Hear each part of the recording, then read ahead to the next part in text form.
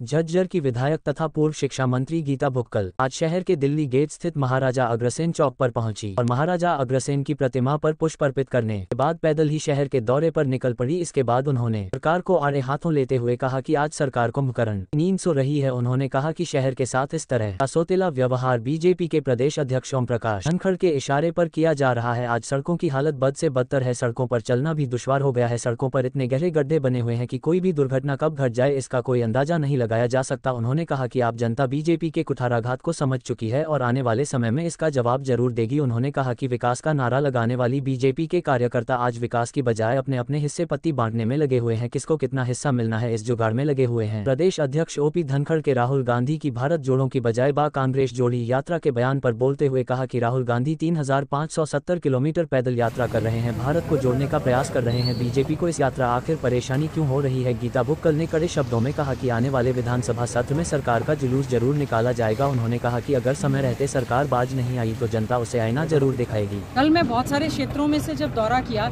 एक तो बेमौसमी बारिशों की वजह से किसानों को भारी नुकसान हुआ है। बाजरे की फसल जो है पूरी तरह से खराब हो चुकी है, धान की फसल को नुकसान हुआ है। साथ ही साथ में बद से बदहाल गलियां और सड़कें जहां पर हम खड़े हैं न इस रोड की, और सभी ने बताया कि यहाँ पर जो कॉलोनीज हैं साल 2 साल से प्रशासन के सभी अधिकारियों को, चाहे डीसी हो चाहे एसडीएम हो, सभी को दे चुके हैं। और मैंने कल स्वयं पीडब्ल्यूडी के सभी अधिकारियों से बात की है, मैंने उनसे ईआईसी से बात की और उनसे जानने का प्रयास किया है कि कोरे आश्वासन हमें नहीं चाहिए। हमारे शहर की हमें सड़कों की रिपेयर भी नहीं चाहिए, आप उनकी अच्छे ढंग से वाइडनिंग और स्ट्रेंथनिंग करो। आने जाने में इतनी दिक्कत आ रही है, अभी छोटे छोटे बच्चे यहाँ से निकल रहे थे, उनके बुजुर्ग दादा दादी नाना नानी उनको लेने आ रहे थे, मुश्किल से उनकी स्कूटी नहीं चल पा रही थी यहाँ पर। और यहाँ पर जितने भी लोग आ जा रहे हैं सबको समस्याओं का सामना करना पड़ रहा है। जब तक हमारी सड़कें मोटरेबल नहीं होंगी, आवागमन का साधन नहीं होगा, तो लोगों को काम धंधे, उनके बिजनेस और व्यापार में भी इसी प्रकार से दिक्कतों का सामना करना पड़ेगा। देखिए, राजनीतिक गतिविधियां तो राजनीतिक लोग हैं, राजनीतिक पार्टियां हैं, सब करते रहते हैं। सिर्फ इस समय देखने का विषय ये है कि कौन व्यक्ति, कौन पार्टी या कौन नेता ऐसा है जो कि वाकई में ही भला कर सकता है। हर एक व्यक्ति ने अपने अपने पॉलिटिकल एजेंडाज जो हैं वो फिक्स किए हुए हैं, लेकिन देश में इस समय भारतीय जनता पार्टी की सरकार है, प्रदेश में भारतीय जनता पार्टी की और जेजेपी की सरकार है। चौधरी देवीलाल जी की जयंती के अवसर पर, जो कि हमारे प्रदेश के मुख्यमंत्री रहे, प्रधानमंत्री रहे, मैं उनको भी नमन करती हूँ, शत नमन करती हूँ। उनकी भी एक सोच अच्छी रही है, लेकिन आज के समय में मैं कहना चाहूँगी कि राजनीतिक दल इकट्ठे ज़रूर हो रहे हैं, लेकिन लोक हित में, लोगों के हित में तुरंत फैसले लिए जाने चाहिए। इस समय जजपा जो सत्ता में है बीजेपी के साथ, हम ऐसी जगह पर खड़े हैं कि हमने पूरा देखा कि हमारे शहर की जो बद से बदतर हालत है, इसको हमने विधानसभा के अंदर उठाने का पूरा प्रयास किया, विधानसभा के बाहर उठाने का प्रयास किया।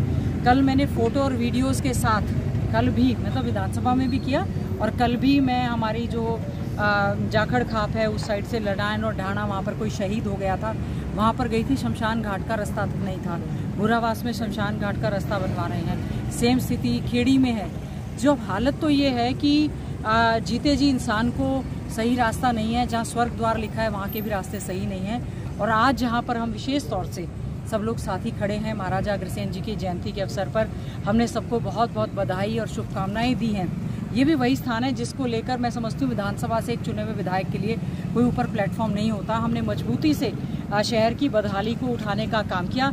आश्वासन मिला था कि 1.5 महीने के अंदर अंदर कार्य हो जाएगा, केवल दिखाने के लिए पैचवर्क किया। आप सबने भी उसको बड़े अच्छे ढंग से मीडिया ने कवर करने का काम किया। केवल पैचवर्क किए, एक ही बारिश में जो है वो सारा का सारा हट गया। मैं समझती हूँ यहाँ पर पूरी तरह से भ्रष्टाचार की बू आ रही है। देखिए, जब भी कोई फैसला लिया जाता है वो सर्वे के बाद ही लिया जाता है। इन्होंने सही ढंग से सर्वे क्यों नहीं करवाए? सरकार क्यों जबरदस्ती थोपती है? जहां हमने कहा कि हमारे मातनेल में सब डिवीजन होना चाहिए, हम लंबे समय से मांग कर रहे हैं, वहां पर आप बना नहीं रहे हो। नगर पालिका की मांग मैं नहीं समझती कि बादली क्षेत्र के लोगों ने की होगी। अब बादली में मान लीजिए नगर पालिका बन गई है, उसके बाद अगर विरोध हो रहा है तो सरकार को सोचना चाहिए। नगर पालिका, नगर परिषद या कोई ब्लॉक बनाया जाता है या सब डिवीजन बनाया जाता है, वो लोगों की सुविधा के लिए बनाया जाता है, ताकि लोगों का आवागमन दफ्तरों में सही ढंग से रहे। प्रशासनिक अधिकारी उनके काम को सुने, उनकी बात को सुने और समस्या को समाधान करें।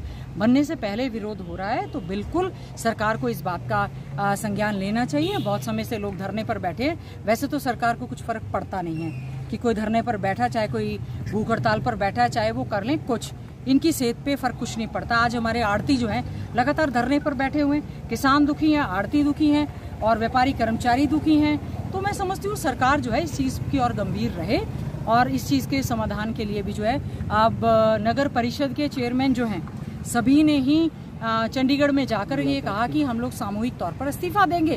तो सरकार को क्या बात है कि सरपंच जो हैं वो सर मुंडाकर धरने पर बैठ जाते हैं। सरकार ने चुनी हुई जो पंचायतें होती हैं, लोग मतलब जो लोकतंत्र में मैं समझती हूँ जो एक संवैधानिक तौर पर मखौल बनाकर रख दिया पंचायती राज सिस्टम का, क्या बाबू सारी चीज़ों को चलाएंगे?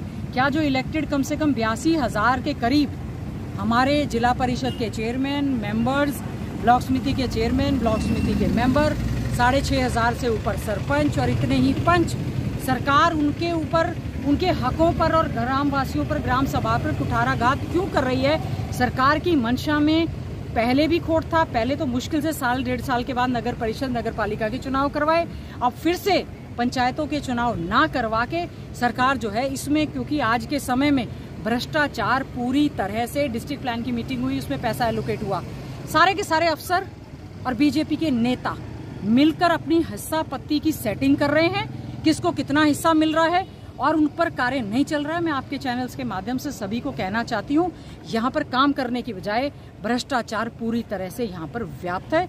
इस पर जोर से कंट्रोल होना चाहिए। हम लोग चुने हुए नुमाइंदे होने के नाते हमारी ये जिम्मेवारी बनती है, तमाम जो तरह का भ्रष्टाचार है उसको हम उजागर करें और ये सारा का सारा संरक्षण भारतीय जनता पार्टी के प्रदेश अध्यक्ष के छत्र छाया में भ्रष्टाचार यहाँ पर पूरी तरह से पनप रहा है।